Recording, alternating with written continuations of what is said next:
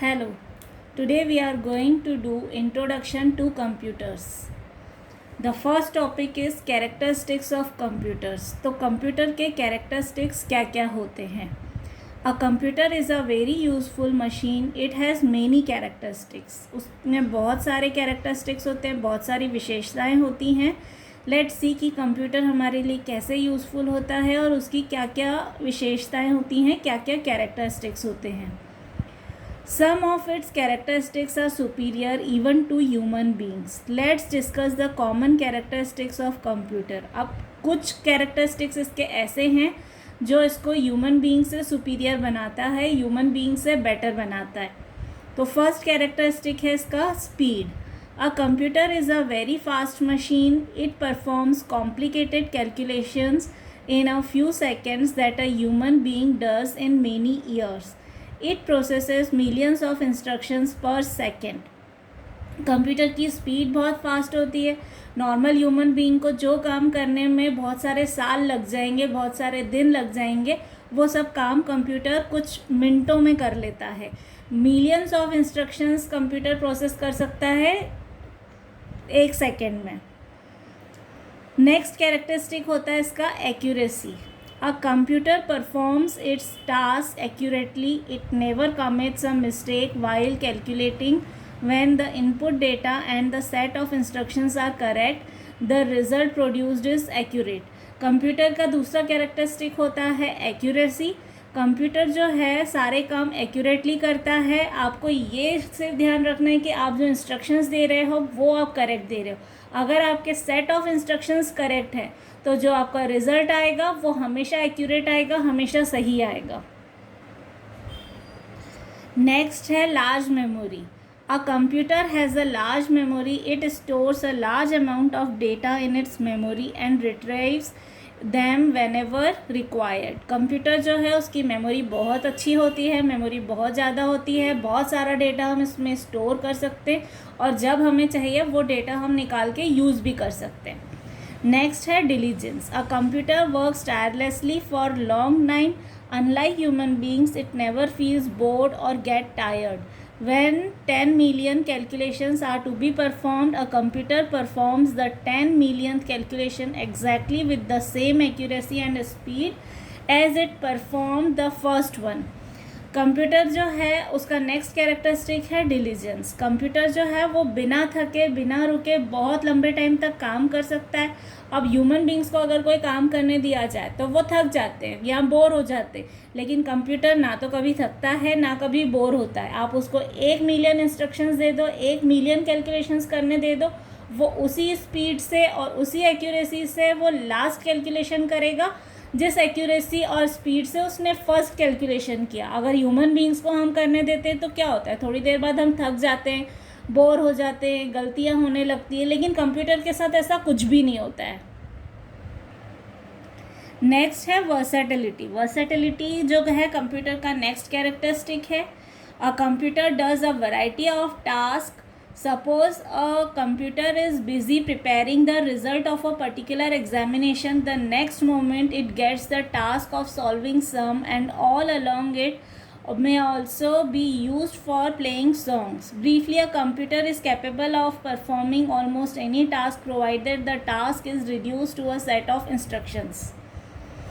अब कंप्यूटर जो है वो वर्सेटाइल काम कर सकता है, मल्टीटास्किंग कर सकता है. फॉर एग्जांपल अगर कंप्यूटर जो है वो किसी पर्टिकुलर एग्जामिनेशन के रिजल्ट्स तैयार कर रहा है और उसी टाइम आप उसको बोल दो कोई सम सॉल्व करने के लिए तो वो कोई सम सॉल्व कर देगा. साथ साथ आप उसको बोलो म्यूज़िक प्ले करने के लिए तो वो नेक्स्ट म्यूज़िक भी साथ साथ प्ले करता है. तो कंप्यूटर जो है वो मल्टीटास्किंग कर सकता है. सिर्फ एक ही रिक्वायरमेंट है कि वो सारे टास्क जो आप उसको करने के लिए बोल रहे हो वो एक प्रॉपर सेट ऑफ इंस्ट्रक्शंस में होना चाहिए. कंप्यूटर को आपको सेट ऑफ इंस्ट्रक्शंस देने होते हैं और वो सारे काम कर सकता है. अब ये तो थे सारे कंप्यूटर के बेनिफिट्स, उसकी कैरेक्टरिस्टिक्स, उसकी प्रॉपर्टीज़. अब कंप्यूटर की कुछ लिमिटेशंस भी होती है. तो लेट्स सी कि कंप्यूटर की क्या क्या लिमिटेशन होती है. A computer is a wonderful machine but it also has certain limitations. अब कंप्यूटर जो है वो एक वंडरफुल मशीन है लेकिन साथ साथ में उसकी कुछ लिमिटेशंस भी होती हैं. No intelligence. A computer is a machine. It does not possess intelligence of its own. It is dependent on the user for performing a task. It cannot take its own decision. Everything must be given as a set of instructions. It does only what it is told to do by a command. Computer जो है वो एक machine है, उसके पास अपना दिमाग नहीं होता, अपना इंटेलिजेंस नहीं होता. जैसे ह्यूमन बीइंग सोच सकते हैं, डिसाइड कर सकते हैं कि क्या सही है और क्या गलत है, लेकिन कंप्यूटर बीइंग अ मशीन ये नहीं डिसाइड कर सकता है कि क्या सही है और क्या गलत है.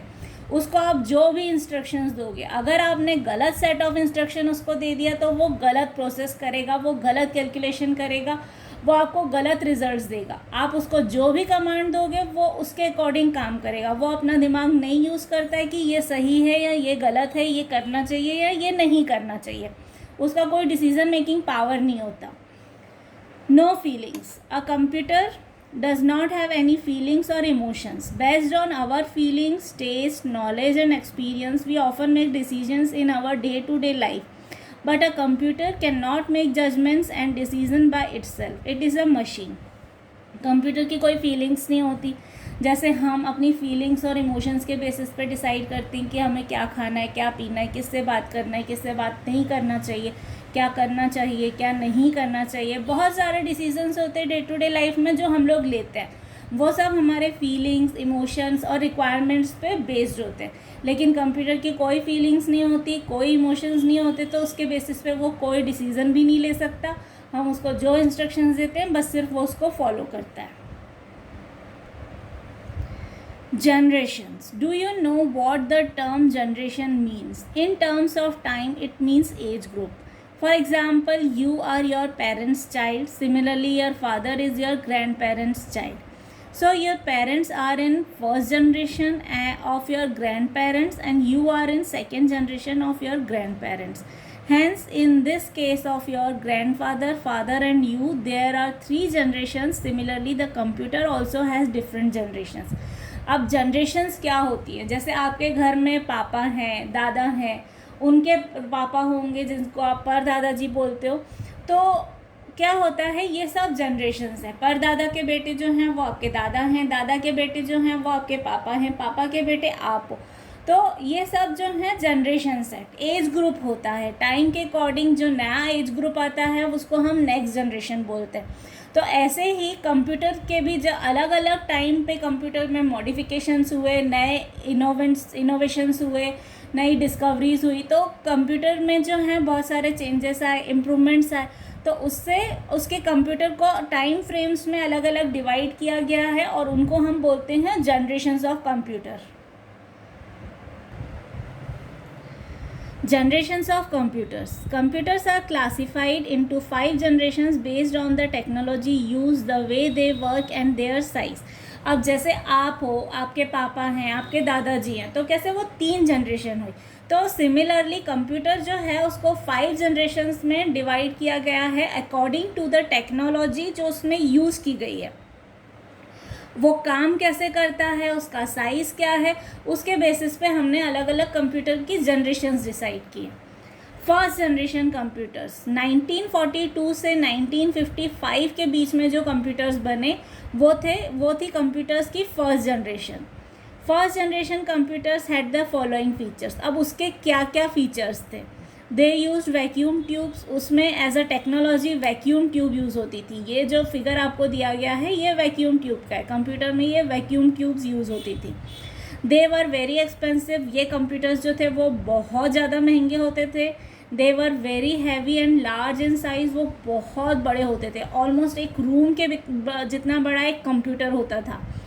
दे generated a lot of heat. और उसको चलाने में बहुत ज़्यादा हीट एमिट होती थी और उसको ठंडा रखने के लिए एसी चाहिए होता था. उसको कूलिंग मेंटेन करनी होती थी. उसको बहुत ज़्यादा लंबे टाइम तक नहीं चला सकते थे क्योंकि वो बहुत गर्म हो जाता था. उसके एग्जाम्पल कौन कौन से हैं. ENIAC, EDVAC and UNIVAC. Second generation computers. अब जो सेकेंड जनरेशन थी कंप्यूटर्स की वो 1956 से लेकर 1964 तक की थी. Second generation computers had the following features. अब उसके क्या क्या फीचर्स थे?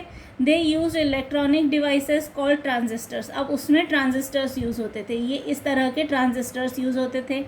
They were smaller in size than first generation computers. अब फर्स्ट जनरेशन कंप्यूटर्स से वो छोटे होते थे। They were faster and less expensive than first generation computer. वो ज़्यादा फास्ट काम कर सकते थे और उस फर्स्ट जनरेशन कंप्यूटर के कंपैरिजन में सस्ते होते थे। उसके एग्जाम्पल्स क्या क्या हैं? ENIAC that is ENIAC 1401, IBM 700, CDC 160। Next है थर्ड जनरेशन कंप्यूटर्स। 1965 से लेकर 1971 तक जो कंप्यूटर्स बने वो थी कंप्यूटर्स की third generation. Third generation computers had the following features. अब उनके क्या क्या फीचर्स थे?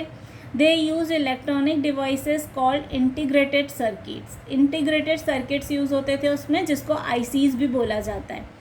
They were smaller in size and less expensive than second generation computer. अब वो सेकेंड जनरेशन कंप्यूटर से छोटे थे और सेकेंड जनरेशन कंप्यूटर से कम महंगे थे।